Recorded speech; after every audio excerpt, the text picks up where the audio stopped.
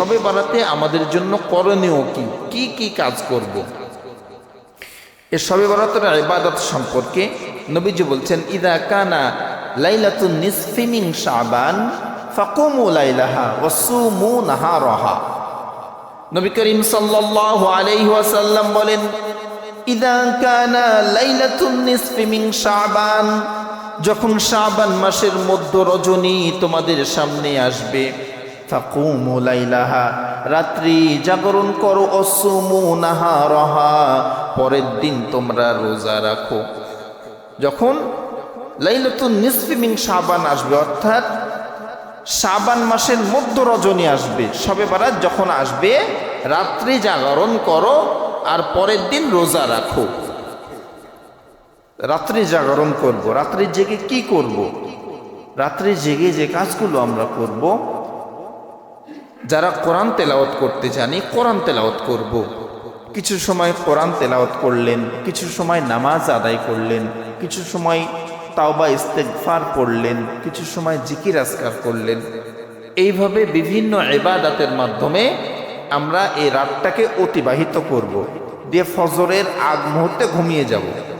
ফজরের নামাজ আর পড়ার দরকার নাই, রাত্রে তো অনেক ইবাদত করলাম নাকি। এটা হয়ে থাকে, মনে রাখবেন, হাজারো শবে বরাতের রাত্রির ইবাদত আর ফজরের 2 রাকাত ফরজ নামাজ কখনো এক হবে না, কখনো এক হবে না। সারা রাত যে ইবাদতগুলো করলেন এগুলো হলো নফল ইবাদত, যদি করেন সওয়াব পাবেন, করলেন না কোনো গুনাহ হবে না। কিন্তু ফজরের 2 রাকাত ফরজ নামাজ, এটা ফরজে আইন, পড়তেই হবে, না পড়লে গুনাহগার হবে। এজন্য 5 ওয়াক্ত নামাজ আগে শুরু করেন ভাই, 5 ওয়াক্ত নামাজ পড়েন। আপনি যদি শৃঙ্খলার মধ্যে নিজের জীবনকে রাখতে চান, নিজেকে যদি নিয়মের মধ্যে চালাতে চান, নিজেকে যদি আনন্দ দিতে চান, নিজের মনটাকে উৎফুল্ল রাখতে চান, 5 ওয়াক্ত নামাজ শুরু করেন, দেখবেন মন থেকে একটা জান্নাতি শান্তি অনুভব করবেন, যেটা অন্য কোথাও পাবেন না। আপনি যদি নামাজে অভ্যস্ত হয়ে যান, 1 ওয়াক্ত নামাজ যদি কাজা হয়ে যায়, আপনার জান আনচান করতে থাকবে, শান্তি পাবেন না। এজন্য 5 ওয়াক্ত নামাজ আগে শুরু করেন। তাহলে আমরা শুনছিলাম যে এই শবে বরাতের রাত্রিতে করণীয়, 1 নম্বর করণীয় কি? যারা কোরআন তেলাওয়াত করতে পারি কোরআন তেলাওয়াত করব। এরপরে নামাজ আদায় করব, নামাজের নিয়ম 2 রাকাত করে নামাজ পড়ব। এই শবে বরাতকে কেন্দ্র করে নির্দিষ্ট কোনো নামাজের নিয়ম নাই বা নামাজ নাই। তাহাজ্জুদের নামাজের নিয়াত করবেন, নফল নামাজের নিয়াত করবেন যে আল্লাহ আমি 2 রাকাত নফল নামাজ পড়ছি, আল্লাহু আকবার বলে নিয়াত বেঁধে সূরা ফাতিহা পড়বেন। যেই কোনো সূরা মিলিয়ে আপনি 1 রাকাত শেষ করবেন, এইভাবে 2য় রাকাত শেষ করবেন, 2 রাকাত করে নামাজ আদায় করবেন। এরপরে আস্তাগফিরুল্লাহ, বিভিন্ন যে জিকিরগুলো আছে, সাইয়্যিদুল ইস্তেগফার আছে, এই সব কিছু তেলাওয়াত করবেন।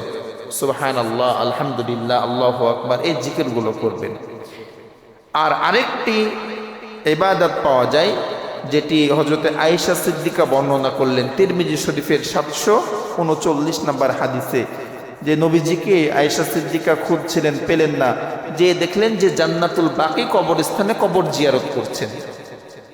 এই হাদিস থেকে আমরা এটাও করতে পারি, সেই রাত্রিতে কবর জিয়ারত করতে পারি। যেহেতু নবীজি ওই রাত্রিতে কবর জিয়ারত করেছেন, আমাদের পিতা মাতা ভাই বোন অনেকেই কবরে শুয়ে আছেন, তাদের জন্য আমরা যে দোয়া করতে পারি। এই রাত্রিতে যেহেতু দোয়া কবুলের একটা সম্ভাবনা আছে, আল্লাহ এসে ডেকে ডেকে বলতেই থাকেন যে কার কি দরকার আমাকে বলো। এজন্য আমাদের আত্মীয় স্বজন যারা ইন্তেকাল করেছেন তাদের কথা স্মরণ করে আমরা কবর জিয়ারত করতে পারি। কিন্তু কবরে আগরবাতি মোমবাতি এগুলো জ্বালাবেন না, এগুলো কিন্তু আবার অতিরিক্ত হয়ে যাবে, বাড়াবাড়ি হয়ে যাবে। আপনি কবরস্থানে যে তাদের কবরের পাশে দাঁড়ালেন, সূরাতুল ফাতিহা, সূরাতুল ইখলাস, আস্তাগফিরুল্লাহ, দুরূদ শরীফ এগুলো পাঠ করে কবর জিয়ারত করে চলে আসলেন। যদি কবরস্থান দূরে হয়, যদি যাওয়া অসম্ভব হয়, তো আপনি যেই জায়গাতে আছেন সেইখানে বসেই তাদের নিয়াতে সূরা ফাতিহা, ইখলাস, দুরূদ শরীফ পড়ে আল্লাহর কাছে দোয়া করবেন। আল্লাহর কাছে এই হাদিয়াটা তাদের কবরে পৌঁছানোর জন্য দোয়া করবেন, আল্লাহ তাদেরকে ওই কবরে এই সওয়াব দান করবেন। তাহলে আমরা এই রাত্রির করণীয় সম্পর্কে শুনলাম যে শবে বরাতের রাত্রিতে আমরা কি কি ইবাদত করব। আর পরের দিন রোজা রাখব। শবে বরাতের একটাই রোজা। আমরা এখানে একটা মিলিয়ে নিই, একটা ভুল হয় আমাদের যে শবে বরাতের দুইটা রোজা। দুইটা রোজা হলো মুহররমের রোজা, আর শবে বরাতের একটাই রোজা। রাত্রিবেলায় ইবাদত করব আর পরের দিন রোজা রাখবো, একটাই রোজা হবে। আর যারা মাসিক রোজা করেন আইয়ামে বীজ 13, 14, 15 তারিখ, তাদের কিন্তু এই আইয়ামে বীজের মধ্যে এই রোজাটা চলে আসবে, একসঙ্গে দুইটা কাজ হয়ে যাবে। আপনি 14 তারিখ দিবাগত রাত্রিতে ইবাদত করলেন, পরের দিন 15 তারিখ, তাহলে 13, 14, 15 তো রোজা করেনি। তো এই 15 তারিখের যে রোজা, মাসিক রোজা আইয়ামে বীজ, একসঙ্গে দুইটা রোজা হয়ে গেল, ডবল সওয়াব পেয়ে গেলেন। তাহলে আমরা একটাই রোজা রাখবো, যে রোজাটা হবে ইবাদতের পরের দিন। এখন এই বছর কবে শবে বরাত? আগামী মঙ্গলবার 3 ফেব্রুয়ারি, আগামী মঙ্গলবার শবে বরাত। আর বুধবারের দিন আমরা রোজা রাখবো। আগামী মঙ্গলবার দিবাগত রাত্রিতে ইবাদত করব, আর বুধবারের দিন একটাই রোজা রাখবো। এই হলো শবে বরাতের করণীয়। ইবাদতের মধ্যে আমরা আরও কিছু ইবাদত এর সঙ্গে যুক্ত করতে পারি। রাত্রিকালীন যে ইবাদতগুলো আছে এর মধ্যে দান সদকা করতে পারি। এই রাত্রিতে অসহায় যারা আছে তাদেরকে আমরা দান সদকা করতে পারি। দান একটা অনেক বড় ইবাদত। দানের মাধ্যমে আল্লাহ অনেক বিপদ আপদ থেকে মানুষকে হেফাজত করেন। আর বর্জনীয় যে কাজগুলো আছে এর মধ্যে আমাদের যুবক ভাইরা একটা কাজ করে, দেখবেন যে শবে বরাতে রাত আসলেই সঙ্গবদ্ধ হয়ে একসঙ্গে 10-12 জন চলে গেল দরগায়, আছে না নাই? একবারে সঙ্গবদ্ধ হয়ে মিছিল করতে করতে দরগা চলে গেল, দরগা জিয়ারত করতে। আপনার দরগাতে যাওয়ার দরকার নাই তো, বাড়ির পাশে যে কবরস্থান আছে সেখানে আপনি ইবাদত করেন। আপনি যে দরগায় যাচ্ছেন, যেতে আসতে তো আপনার অনেক সময় নষ্ট হচ্ছে, এটা দরকার নাই ভাই। আপনার বাসাতেই বাড়ির পাশে যে কবরস্থান আছে আপনি এই কবরস্থানে কবর জিয়ারত করেন। দরগা যেতে আসতেই তো আপনার 2 ঘন্টা সময় নষ্ট হবে। রাস্তাতে আপনার বিভিন্ন গুনাহ হতে পারে, বন্ধুদের সঙ্গে আড্ডা হতে পারে। এজন্য বাইরে না যেয়ে পার্শ্ববর্তী যে কবরস্থান আছে এই কবরস্থানে ইবাদত করা, দোয়া করা। তো আল্লাহ রাব্বুল আলামিন এই লাইলাতুন নিসফে মিন শাবানে মানুষকে ক্ষমা করবেন, এই আশ্বাস নবীজি আমাদেরকে দিয়েছেন। তো এই ক্ষমা পাওয়ার জন্য কিছু শর্ত আছে। কিছু শর্ত পূরণ করে যদি আল্লাহর কাছে আমরা ক্ষমা চাই তাহলে আমাদেরকে আল্লাহ ক্ষমা করবেন, এটা নবীজি গ্যারান্টি দিয়েছেন। এর মধ্যে 1 নাম্বার যে করণীয় আমাদের জন্য, যে গুনাহ আপনি করেছেন, যে গুনার জন্য আল্লাহর কাছে ক্ষমা চাচ্ছেন, এই গুনার বিষয়ে অনুতপ্ত হওয়া, লজ্জিত হওয়া, আল্লাহর কাছে নিজেকে দোষী হিসাবে প্রেজেন্ট করা যে আল্লাহ আমি এই গুনাহ করেছি, আমি অপরাধী, আমি পাপ, আমার জীবনে এতটা সময় আমি নষ্ট করেছি। অনুতপ্ত হওয়া, নিজেকে ছোট মনে করা, দোয়ার সময় এইভাবে বিনয়ী হয়ে আল্লাহর কাছে হাত তোলা। 2 নাম্বার, আপনি যে অপরাধ করতেন, যে পাপ করতেন, এই পাপটাকে একেবারে ছেড়ে দেওয়া। ধরেন যে আপনি এতদিন নামাজ আদায় করেন নাই, বেনামাজি ছিলেন, মানুষের হক নষ্ট করেছেন, মানুষকে কষ্ট দিয়েছেন, মানুষের গীবত করেছেন। তো যেই পাপ আপনি করতেন এটা একেবারে ছেড়ে দেওয়া, আর কোনোদিন করবেন না, এই বিষয়ে একটা সিদ্ধান্ত নেওয়া, একটা প্রতিশ্রুতি করা যে আমি এই যে ছাড়লাম এটা আর জীবনে করব না। 3 নাম্বার, সময়ের মধ্যেই তাওবা করা। সময়ের মধ্যে বলতে যতদিন এই দেহে প্রাণ আছে এর মধ্যেই তাওবা করা। প্রাণ যদি বের হয়ে যায় তখন কি আর সুযোগ থাকবে ভাই? সুযোগ থাকবে না। তো প্রাণ তো আর এখন বের হচ্ছে না, বয়স তো কেবল 40-50, আরও যাক, তারপরে তখন তওবা করব নাকি? এটা আমাদের ধ্যান ধারণা, এটা আমাদের চিন্তা যে এখনো তো বয়স হয় নাই, কেবল তো শুরু। একেবারে দাড়ি টাড়ি পাকবে, সব কাজ কাম শেষ করে ছেলে মেয়ের বিয়ে শাদী দিয়ে ব্যাংক ব্যালেন্স কিছু করে তারপরে তওবা করব। এই টেন্ডেন্সি মাথায় আনা যাবে না, এই চিন্তা আনা যাবে না। কেননা আপনার মতো কত যুবক প্রতিদিন মারা যাচ্ছে, আপনার মতো কত যুবক প্রত্যেক দিন খবরের কাগজে চোখ বোলালে দেখা যায় কত যুবক মারা যাচ্ছে, রোড অ্যাক্সিডেন্টে মারা যাচ্ছে, অসুস্থতায় মারা যাচ্ছে, হঠাৎ মারা যাচ্ছে। তো মৃত্যুর তো কোনো সময় নাই ভাই। মানুষের জীবনে দুইটা জিনিস সত্য, প্রতিদিন পূব আকাশে সূর্য ওঠে আর পশ্চিমে ডুবে। এটা যতটা না সত্য, এর চেয়েও হাজার হাজার গুণ সত্য মানুষের জীবনে দুইটা জিনিস। এর মধ্যে একটা নিশ্চিত আর একটা অনিশ্চিত। নিশ্চিত বিষয়টা হলো যে প্রত্যেককেই মরতে হবে, এটা নিশ্চিত, কেউ মৃত্যু থেকে বাঁচতে পারবো না। আর অনিশ্চিত বিষয়টা হলো আপনি, আমি, আমরা কোথায় মরবো এটা অনিশ্চিত, কখন মরবো এটা অনিশ্চিত, এটা আমরা জানি না। এজন্য নিশ্চিত বিষয়ের জন্য অনিশ্চিত যেটা আছে, এই অনিশ্চিত বিষয়টাকে সবসময় প্রস্তুত রাখা, রেডি রাখা, যে যখন তখন আমার মৃত্যু হয়ে যেতে পারে, যখন তখন আমার জান বের হয়ে যেতে পারে। এজন্য এই ভুলের মধ্যে না থাকা যে এখনো তো বয়স হয় নাই, আর একটু হোক তারপরে তওবা করব। এখন যেই অবস্থানে আছেন, আপনার বয়স যাই হোক না কেন, এই মুহূর্তে তওবা করতে হবে, এক্ষুনি ফিরে আসতে হবে। তাহলে তাওবা কবুলের 3 নম্বর সত্য আমরা শুনলাম যে সময়ের মধ্যে তওবা করা। 4 নাম্বার, আপনি যে অপরাধ করতেন, এই অপরাধের মধ্যে যদি কারো হক নষ্ট করে থাকেন, কারো অধিকার নষ্ট করে থাকেন, তাহলে তার অধিকার তাকে বুঝিয়ে দেওয়া। হক দুই প্রকার, একটা হলো হকুল্লাহ, আল্লাহর হক, আর হকুল ইবাদ, বান্দার হক। আল্লাহর হক বান্দার প্রতি যে তার ইবাদত বান্দা করবে, যদি এই ইবাদত বন্দেগী না করেন, আল্লাহ চাইলে আপনাকে মাফ করতে পারেন, কিন্তু হকুল ইবাদ, বান্দার হক যদি নষ্ট করেন, বান্দা মাফ না করা পর্যন্ত আল্লাহ মাফ করবেন না। বান্দার হকের মধ্যে অনেক হক রয়েছে, অনেক হক, এই হকগুলো নষ্ট করব না। আর্থিক হক রয়েছে, এই যে আত্মীয়তার সম্পর্ক, এটাও একটা হক।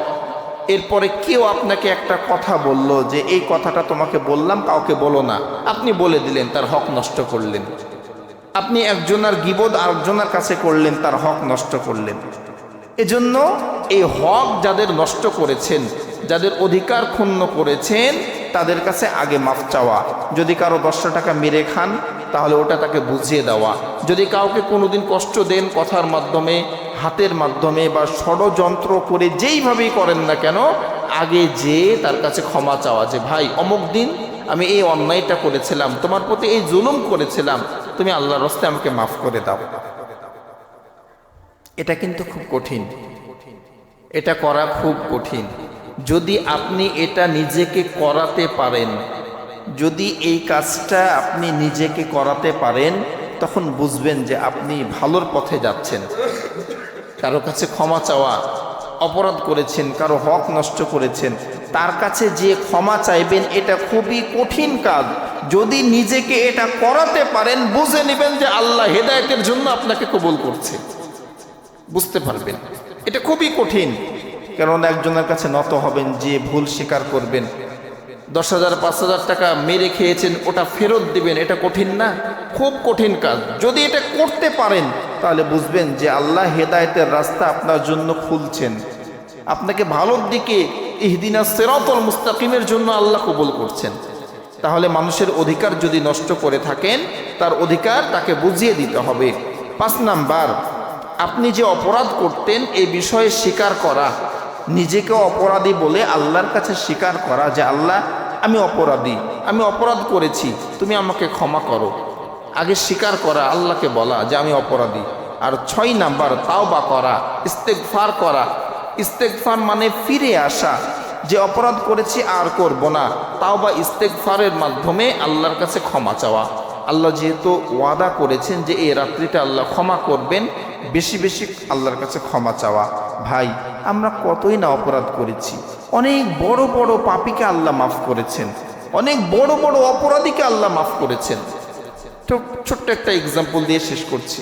হযরত ওমর রাদিয়াল্লাহু তাআলা আনহুর জামানায় একজন যুবক মদ কিনেছে, মদ কিনে মদ খেয়েছে, আর কিছু মদ বাড়িতে নিয়ে যাচ্ছে, বাড়িতে যেয়ে আবার খাবে, তাই বন্ধু বান্ধবকে নিয়ে আড্ডা দিয়ে খাবে।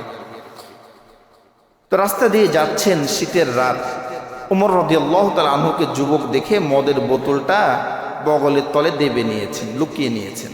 ওমর রাদিয়াল্লাহু তাআলা আনহু যুবককে জিজ্ঞাসা করছেন যে, যুবক, এত রাত্রিতে কোথায় থেকে আসছো? এখন যুবক ওমরকে দেখে তো আর কাজ শেষ। ওমর যদি জানে যে আমি মদ পান করে আসলাম আর আমার কাছে মদ আছে, তাহলে তো আজকেই আমার ঘর থেকে কাল্লা আলাদা হয়ে যাবে, এটা নিশ্চিত। যুবকের কথা জানে যে যদি ওমর জানে আমি মদ পান করলাম, মদ পান করা যেহেতু নিষেধ, আমি এই অপরাধ করেছি জানলেই আমি আজকে শেষ। ওই মুহূর্তেই যুবক আল্লাহর কাছে মনের আকুতি দিয়ে, মনের একাগ্রতা দিয়ে আল্লাহর কাছে বলছে, আল্লাহ, আজকে যদি তুমি আমাকে ওমরের হাত থেকে বাঁচাও, আমি নিয়াত করলাম আর জীবনে মদ খাবো না। যুবক বলছে যে, ওমর, আমার চাদরের নিচে দুধের বোতল আছে। মূলত আছে কি? মদের বোতল। ওমরের হাত থেকে বাঁচার জন্য বলছে যে আমার চাদরের নিচে আমার হাতে দুধের বোতল আছে, আমি অমুকের বাড়ি গিয়েছিলাম, ওখান থেকে দুধ নিয়ে আসছি। তো ওমর রাদিয়াল্লাহু তাআলা আনহু বলছেন যে, দেখি তোমার দুধের বোতল। যুবক চাদরের নিচ থেকে মদের বোতল বের করে হাতে দেখছেন যে আল্লাহ ওই মদের বোতলকে দুধের বোতলে পরিণত করে দিয়েছেন।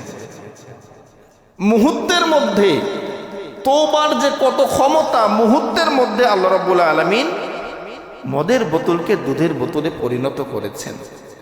এটা হলো খালেস তওবার একটা উদাহরণ। তো খালেস নিয়াতে যদি আপনি তওবা করেন, তাহলে আল্লাহ আপনাকেও ক্ষমা করবেন। কত গুনাহ করেছেন, কত পাপ করেছেন। এই শবে বারাতের রাত্রিতে আমরা এইভাবেই আল্লাহর কাছে ক্ষমা চাইব। আগে স্বীকার করব যে আল্লাহ, আমি অপরাধী, আমি পাপ করেছি, শয়তানের ওয়াসওয়াসাই করেছি, নফসের ধোঁকাই করেছি। তুমি তো ওয়াদা করেছো আল্লাহ মাফ করবা, আমি অপরাধী, আমি গুনাহগার, আমি আর কোনোদিন করব না, আমি ওয়াদা করছি, তুমি আমাকে মাফ করো। এইভাবে যদি আমরা বলতে পারি, আল্লাহ আমাদেরকে মাফ করবেন ইনশাআল্লাহ।